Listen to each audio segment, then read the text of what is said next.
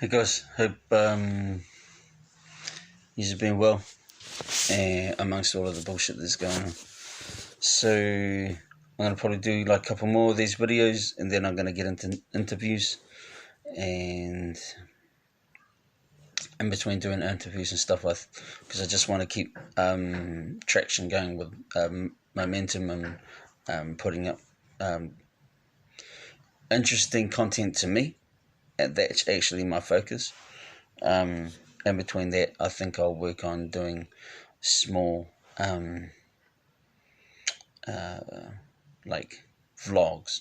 I think I'll do small vlogs. Anyway, I want to keep this short. I want to keep these all short now. I want to cut everything down. Okay, so today's episode is on attention. Again, if you're getting anything from this, let people know. If you want to follow, looks great. The analytics I don't give a fuck about, but it actually helps algorithms and stuff if you subscribe. So there's a chance that subscribing and leaving comments and giving me a like and stuff will help other people see it. So if you can like it and talk about it and get people to check it out, then great. And anyway, so interviews, that's what I want to do, and daily vlogs. I hope you've been watching some of the videos. If you're looking at giving yourself like a challenge, I hope you do that. That'd be great. I've been trying to do fasting, so that's one of my things now. Still playing the piano and stuff. But yeah. Okay, so okay, fast forward. Let's get into this, and then I'll keep it as short as I can. Let me know what you think, or just talk about what you think is powerful and interesting with friends and family and people you think that could appreciate what we're talking about here today. Okay, attention. That is today's topic. First, if you've been following or seen a couple of the episodes, I hope that it's helped you in some way to give you peace of mind, a new way to look at something, or you've really something that you've really wanted an alternative perspective on, and whatever helps, please. I'm so grateful and happy for you. It's more than appreciated that you share with me in the comments what you think, and also help it to use it to help someone in your life and yourself. Today's episode is on paying attention to yourself and your life as a whole. What's going on around you, and if paying attention to what's going on in your life and the people around you is having an effect on how you deal with the grief and challenge in your life as a whole, that's what I want to talk about. The reason I wanted to talk about attention is with all the episodes I've wanted to feel like I'm connecting to all the videos and in a fashion where they are connecting in multiple ways. They have a solid connection to each other, and they have a succession of integrating congruence, which is the most natural way of making the videos without going over the same material, but feeling like they are important and full of value, yet still full of different insight that I've gained from all the strong, wise family, friends, and workmates and heroes I've looked up to for greater understanding of myself, so that I can help myself deal with the struggles I've been through and the struggles I see others go through. I have been through a bunch of struggles. Everyone does. I'm not saying that my struggles are even more than yours, but the idea that I feel like we have to deal with a lot of our struggles on our own. So again, I hope this helps. Firstly, before I get into this video, I want to say everything I share is merely my opinion, and if I'm totally transparent, I've found that I have been wrong in my perceptions of things, and with that goes the hilariously sad but awfully humorous lesson of having to be corrected. So I have been corrected many times, and I admit I was wrong. So although I seem like I'm foolish for pointing out my flaws, I do this to make the point that the sooner humanity can admit with humility that we have flaws, we all have to learn and relearn, the more we can enjoy the greatest of life's lessons. And the biggest lesson we should learn is this: We are vessels, and our vessels are called lives. And if we look at our lives as vessels, we want to focus on what we fill it with and focus less on what we adorn it with. So focus on less on what you adorn your vessel with. And if we can understand that this is being the one reason for being alive, we would see that at the end of our life, the thing that is most important is the lives we were connected to and the lives that shared in filling us, so we might gain more joy, excitement, and many other beautiful things. That's what we get from having an amazing life. And the lives that shared in filling us, so that we might gain more joy, excitement, and many other beautiful things that only come from what we allow to come into our lives. Giving and receiving. One last thing about being vessels: when we have much in our lives and we don't know what to do next or how to get any more, what is the next best thing to do after gaining so much amazement in our lives? And you have great things in your life going on, you're like, how can I get more? Well, what better thing to do than fill the vessels of others? And with what great gifts we have been lucky to have been given to enjoy. And with that thought, I'll start my episode. Attention. What's the hardest thing to see if we are struggling to get through our struggles and grief? It's what we have. That's what we don't see. And this is the hardest thing to see. And why is that? I can't tell you what it is for you, but I'll try. For most of us, I feel like we might have missed out on the wisdom from having parents that, although they knew we might have been poor, we didn't have a lot of luxuries, a big house and lots of expensive toys. They didn't make us feel poor. And a lot of us had to suffer through our parents telling us, money doesn't grow on trees. You think I'm rich. We can't afford that, this and the other. And don't waste food. And all of those things create a feeling of scarcity, which plays a huge part in feeling desperate. And I've made a video mentioning how emotions are contagious. That the character of a man is a summary of the 5 people they spend the most of their time around. We are always going to have the beliefs and values of our mum and dad and our immediate family. And that's why we might have this feeling of scarcity and this energy of, won't have enough. So if our immediate family didn't focus on what we had and always thought about what scarcity and what we felt we were lacking plagued us, this would naturally be a self-fulfilling prophecy. A quick side note to this is we get what we think, feel, and act on, which is natural to expect. And this is actually magical to expect. But we don't think that anything we work towards is magic. But taking action is actually a part of magic and manifesting something into our lives. Working creates magic. Anyway, back to the concept of focusing. Although we can't deny the fact that we all have had to go without, it's undeniable that when we decide to zig, when everyone zags, or breathe when our initial impulse is to hold our breath, which on a side note is the instinctual feeling of playing dead and staying still to not give ourselves away in the presence of a predator that poses an instant danger. It's why you might hold your breath. Because we need to not do what our instincts tell us to do sometimes. The same reaction comes out impulsively when we can feel worried.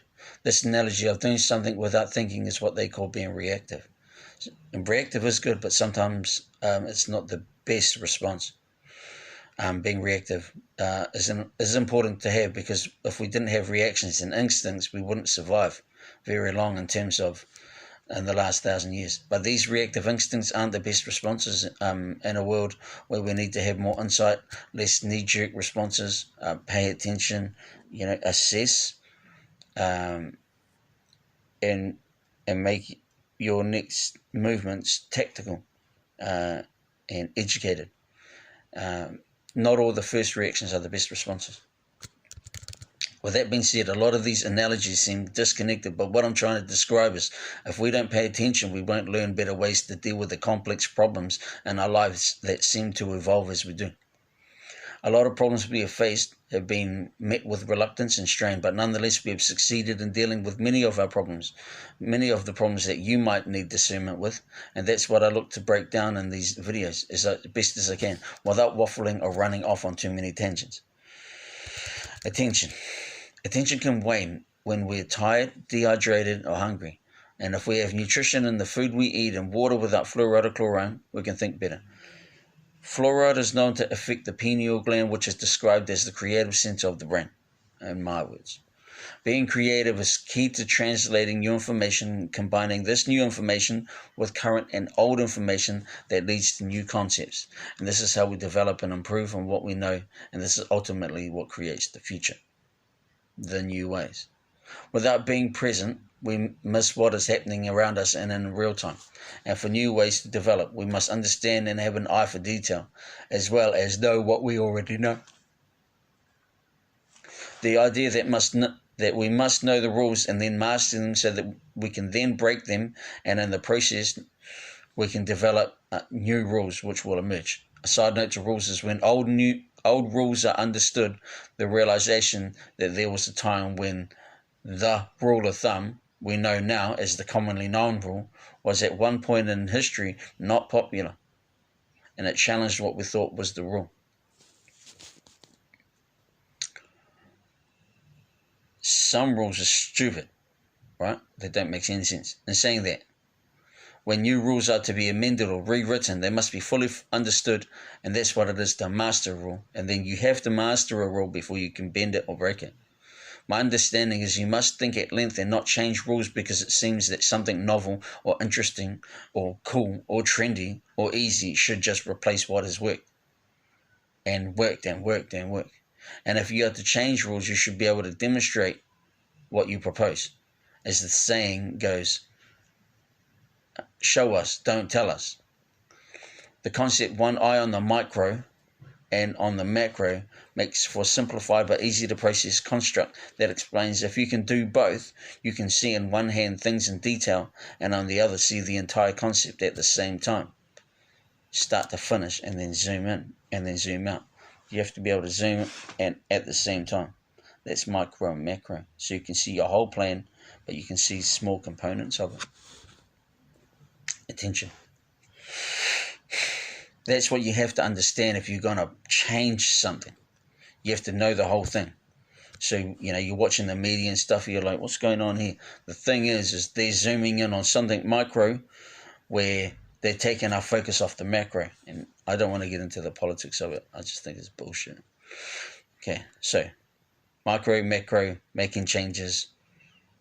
Understand the rules, master them before you break them. And don't just break rules just because it seems novel. Okay.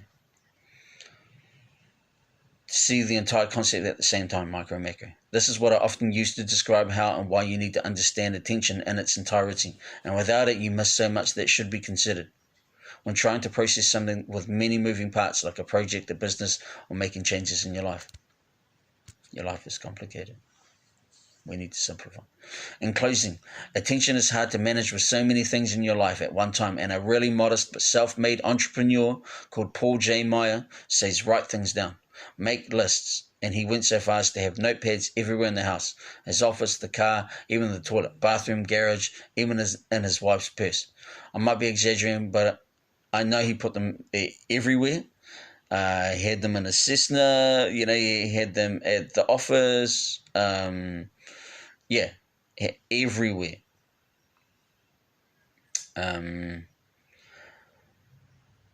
He even said he found if he woke up in the middle of the night, he didn't hesitate to get up and write it down.